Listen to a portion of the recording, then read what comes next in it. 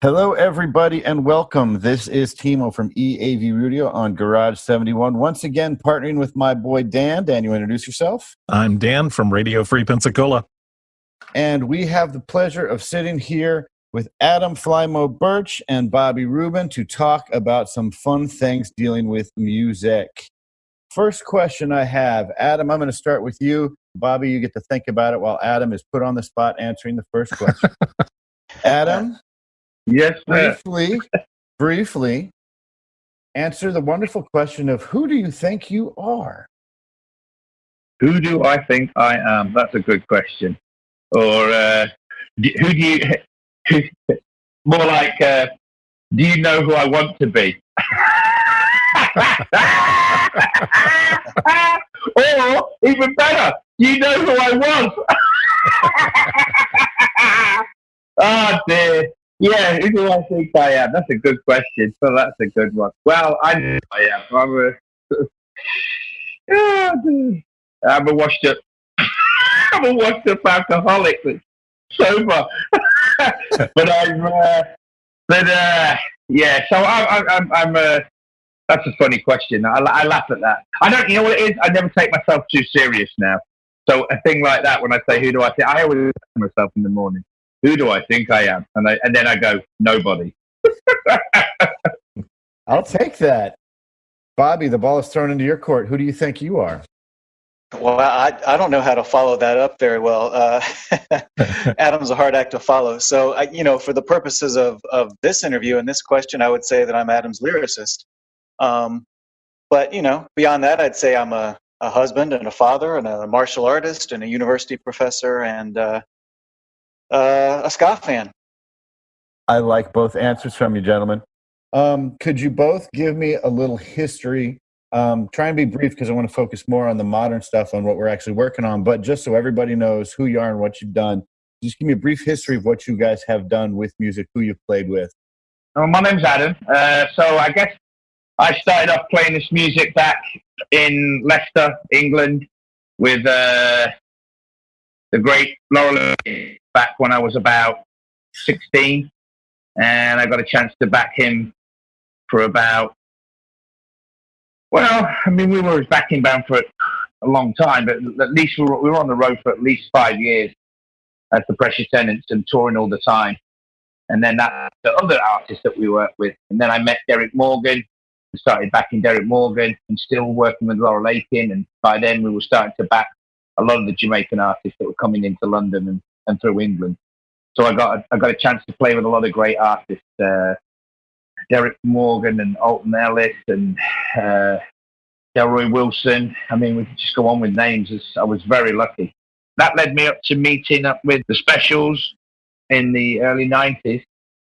And they asked me to do a gig with them. And that led me to joining the band and then becoming their trombone player and recording with them for another, 10 years basically.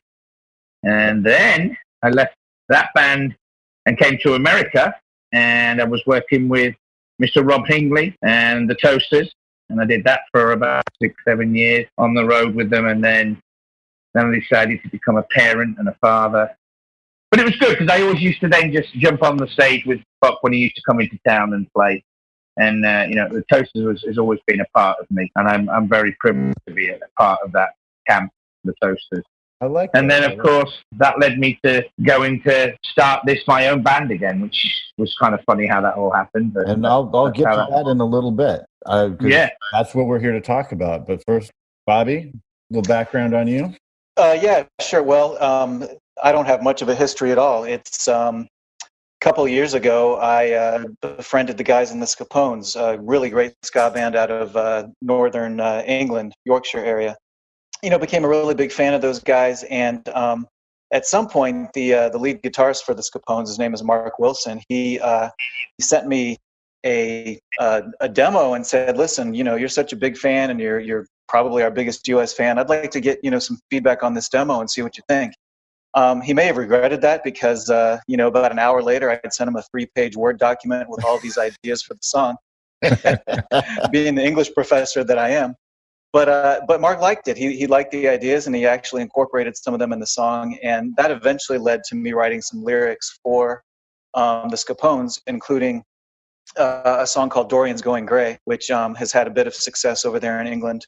So that's really, how I got things started. I've been a huge ska fan for a long time, big fan of the beat, Dave Wakeling. I probably see him about 20 times a year, at least, when concerts were going, I would.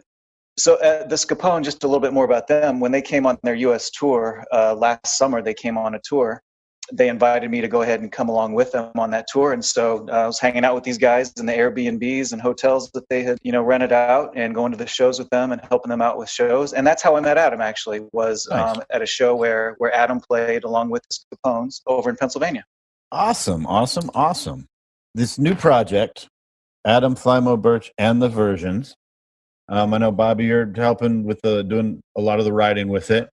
Adam, can you talk to us first about how the idea for you to get back in and have the Versions start making music? Yeah. So it basically started back when I was in the Specials. I mean, that's really what happened. This idea to do this, I was leaving the Specials. I had a chance to get this together and put this project together.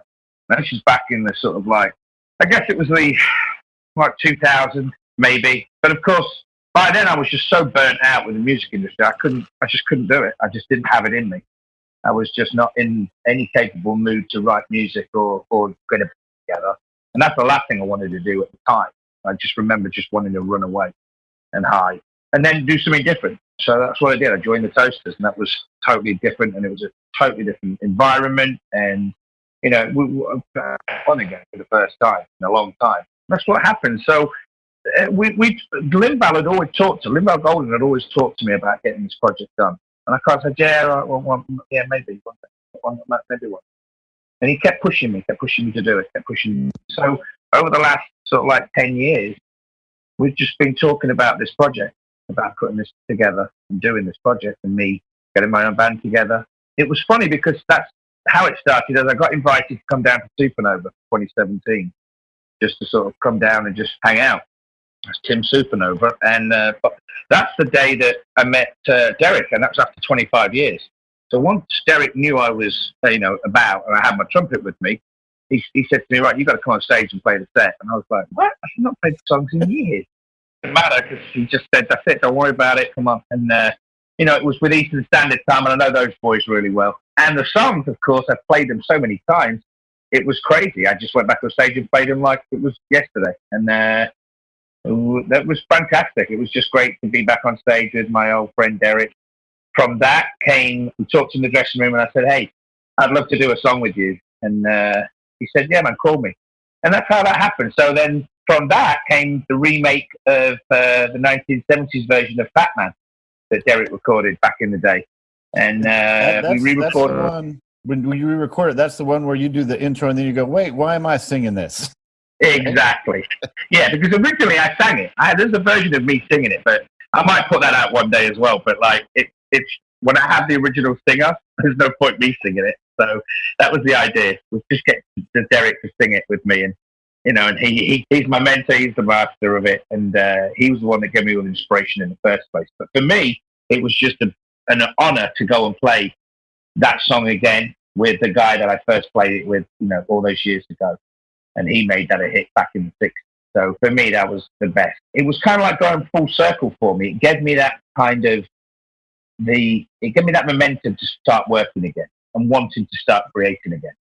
And that's how it happened. So by that time, I'd already had the band together. I had these guys that I knew, 2012, and they said, I said, if I get a band together, I'll use you guys. And that was the version. So I got the band together, handpicked them from the guys out in Philly. We played the 2018 festival, which I remember, it pissed it down with rain. You remember that? Yes, I do. Oh my God, there was rain everywhere. It was I thought it was going to get electric shocks, and that was hilarious. But we had a great time. And so did everybody else that went, and that was a great thing. I mean, and so we got a chance to play, and that was cool because again, Roddy Specials was playing with Kristen, wasn't he, with Scotch Bonnets? So I hadn't seen Roddy in years, and it was good. We got a chance to see each other, and it was good to see him. I mean, we're like brothers. The whole of the band are like brothers, and so there was a lot of apologising to each other, and we just hugged each other. It was good. We kind of like, it was good. Kissed and made up, as they say, at that gig.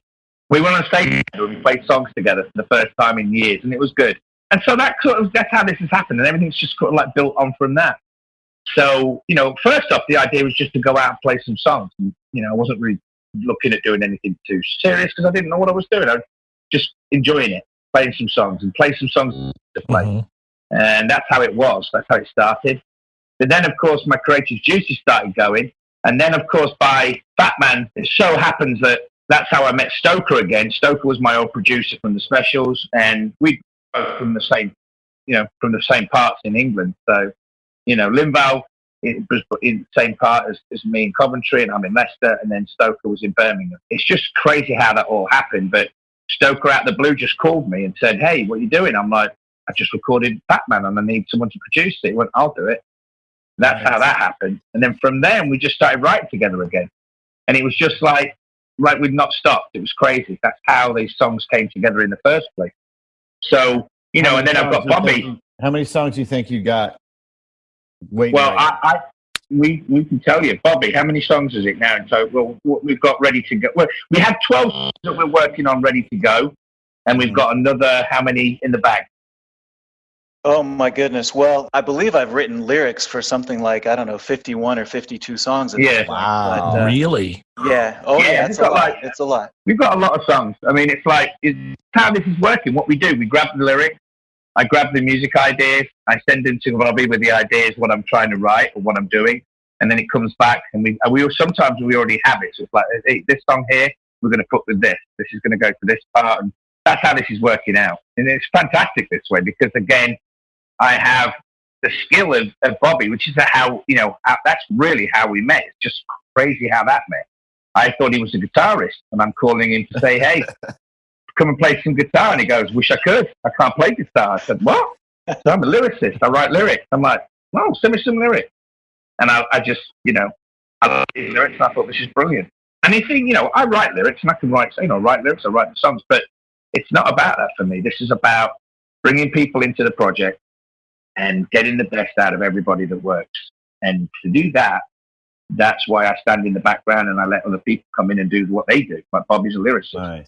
And it just happens that when we talk together, we talk for like 20 minutes, 30 minutes. I tell him about what I'm writing, what I want to say, and where we want to go with it. And he'll talk to me. And then from that, he comes back a couple of days later. And sometimes not even that. Sometimes it can be done in 20 minutes and we'll have the songs done. It's like that quick. I said the tune, he sent it, and I'm like, "Oh, the tune's this." And he goes, "Well, yeah, how did you do it?" I'm like, "Just came into my head." That's how it works, and that's the spontaneity that we've got, which is beautiful. Bobby, would you add anything on like the first time you met Adam? Did you see yourself writing songs for him, for his new project? It's really funny. I've become a firm believer in serendipity. Things kind of happen, and maybe they're sort of meant to happen, and a lot of times things happen in very strange ways. So as I had mentioned, I was, touring with the Scapones and just kind of helping those guys out, and I've written a couple songs for them, and met Adam at the show, and it's probably a month or two later that Adam contacted me. He'd seen I've got a Facebook page for my lyric writing. It's a long story. It's funny. It's my stage name, as if you would, is White Toast. It's kind of an inside joke it's an inside joke with the guys in the English Beat who jokingly brought me up on stage one day to at one of their shows to mime toasting while the toaster was actually doing the toasting in the background, and I was up there miming, and I got the name White Toast. But in any case, Adam saw my page, and I think what he saw was a picture of a bass guitar that Scapones had given me as a gift after I toured with them. And he messaged me, and then he called me up and he said, "Hey, I see you play guitar. Would you would you like to maybe work on some songs with me?" And I said, "Well, listen, I would love to play guitar with you as soon as I learn how to do that." Have you learned how yet? I have not. No. So as Adam described, I said, "Hey, listen, I don't play guitar, but I write lyrics, and you might not recall, but I wrote a couple of those songs that the Scapones played at the show, and would love to maybe write some lyrics for you. And, it's just as Adam described it. I think what happened and why it works so well is that Adam and I have developed a friendship, and we've gotten to know each other. And I have a real sense of what Adam is looking for. So, we'll talk and we'll just be talking about life and talking about the craziness of the coronavirus, whatever. Throw some song ideas around, and I'll get on my computer right away and start typing things out and sending, Adam some lyrics. And, and it's worked both ways. Either I've sent him lyrics first and then he's created the music to go along with the lyrics, or he'll send me some music and say, here's what we got, and here's kind of the theme of the song that I would like. Can you write some lyrics for it? And so it's really worked both ways. And I think we have first of all, a great friendship. And I think that friendship really allows us to work well together because we know each other very well. I like it. I like it very much. Moving on this project, we said you have 12 songs that you think are ready to get put down and ready to go once, God forbid, we can ever get out of this quarantine stuff. Do you have any ideas, aside from the quarantine, about any dates or any time you'd like to have some of this stuff out? You see, that's the thing at the moment. Because everything's up in the air, it was kind of like in limbo to what we do once we get the songs ready to go. I mean, so like I put 2 out already. So we've got Welcome to the Circus is out, and we're not released them in a copy. We just got them out on my YouTube channel.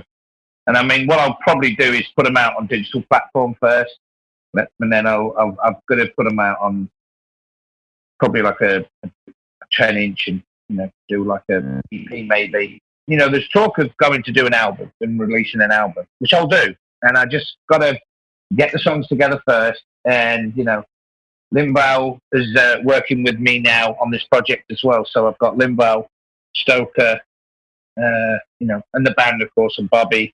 It's been great, and I'm getting a lot of guest musicians that I'm trying to get involved in it and do songs with me on it. So there's a lot of good stuff happening in the pipeline, and that's the idea. So like we're working on this new song now, which is Are You Contagious, which is about, of course, the coronavirus. But not just the coronavirus, it's about also, are you contagious as you a contagious person? Because there's so many people screaming at the moment about everything, and, don't wear a mask, white power, it's just crazy. And I'm like, and these people are contagious. It's kind of like, and I don't mean contagious with a virus, they're just contagious. So that's what this song is. A lot of the songs that we're doing kind of like are always going to have double meanings, and it makes you think. It has to make you think, because again, that's where I'm going with all this stuff. Most of the songs that you have always done or played have been political or in that realm of making you think, and just in the way they were written and played. I mean, so you're just staying along that line, basically. Exactly. I mean, it's all I know. It's like, for me to write a song. I mean, look, I can write songs about, anything really, and I could write a song about whatever. But for me, if I've got something, especially when the world is going upside down, I got to say something, and I got to shout, and I got to shout on my soapbox, and it might piss people off, but you know what? I'm sorry. That's what I do, and I don't know anything else. They still need to hear it. I get you. For me, the only way through exactly is music, because that's what gets people to change. I mean, I've had that happen. A lot of people go, you know what, man? When we were kids, I was in the National Front. I was a racist skinhead, and then I listened to the specials. I listened to Message You, Rudy, and that song changed me. And that was pretty powerful. I can imagine. These guys come up to you and say that to you. It's like, wow. And these people have changed. And again, there's a lot of other people that haven't changed. And they say they like music. And, you see this on Facebook. They go, they like reggae music, listening to, Two-Tone, and they're listening to Island Records, and they're listening to Trojan.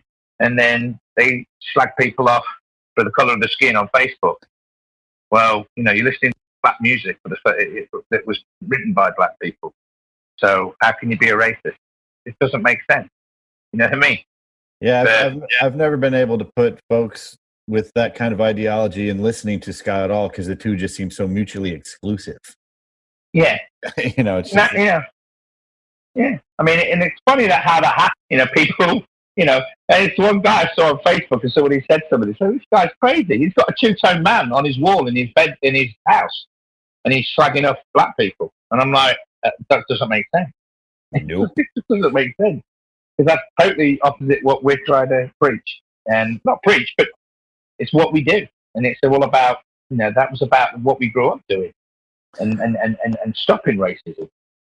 And it's still important to me. Mhm. It's just, it's just one of those things that, So, and again, the album will be not just, politics like that. Like the first track, of course, I would release would be Welcome to the Circus, because, of course, that had to be. I mean, it was just a big circus. So that's exactly what that's about.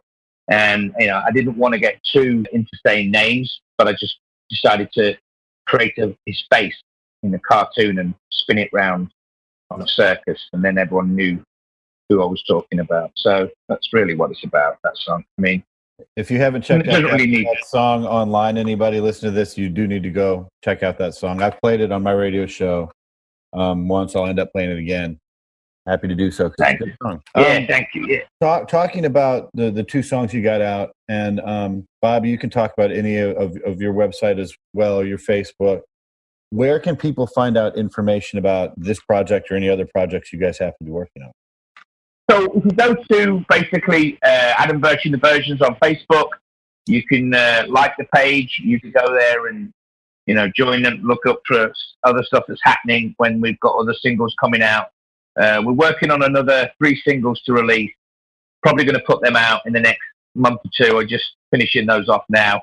As I said, but until we know about gigs, we're supposed to do the Supernova this year, but that got canned. And there were some other shows that were supposed to kick off, but again, everything's just been postponed for now. So we really don't know. We're sort of like up in limbo, but it's good for us because then that gives us time to record and, get these songs together, which we're trying to put out. And going with this at the moment, I'm sort of like right in the middle of it at the moment, but it's good because, again, I'm not under any pressure to put it out. So, you get me on Facebook, you got on the YouTube channel, Adam and Diversions, that's on YouTube.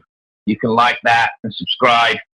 And Reverb Nation, you can listen to all the songs there on Reverb Nation. Just go to Adam Flymo Birch and the Version on Reverb Nation. That's like the platform, you can get that. And then also, if you go to any of the digital platforms, Amazon, iTunes, Spotify, you can get what's released so far. And I believe in the next month or two, I'll be putting out Welcome to the Circus on a roll.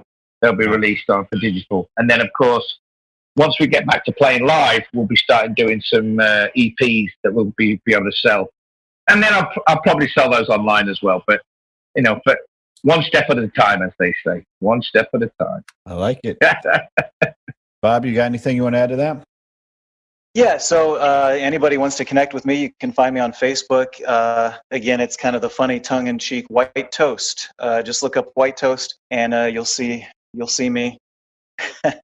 And just follow me there. Or Bobby Rubin on Facebook. Look for the guy in Dayton, Ohio. Dayton, Ohio. I lived in Ohio for a little while. That was a long time ago. Yeah. I think everybody lived in Ohio at one time in their lives. I think that's probably true. All right. I'm gonna turn the car a little bit here. I want you guys to think for a minute for any shows you've been a part of, anything in your while you've been doing music. Adam, yours goes way, way back. What is one of you think the craziest fan stories you have of just, oh my God, I can't believe what happened? Oh God. I know you got a lot to do, Adam. So, Jesus, I was like, there's so many stories. I mean, there's been so many stories. Oh, jeez. I mean, I did. I was just, so far. I will tell you this story. I remember we were driving through to, I think it was Salt Lake City, and we stopped in the middle of the night on the tour bus, and we were eating tacos on some, and which is a bad idea, not to eat late night. Not a good idea, especially when you've been drinking and doing a gig as well.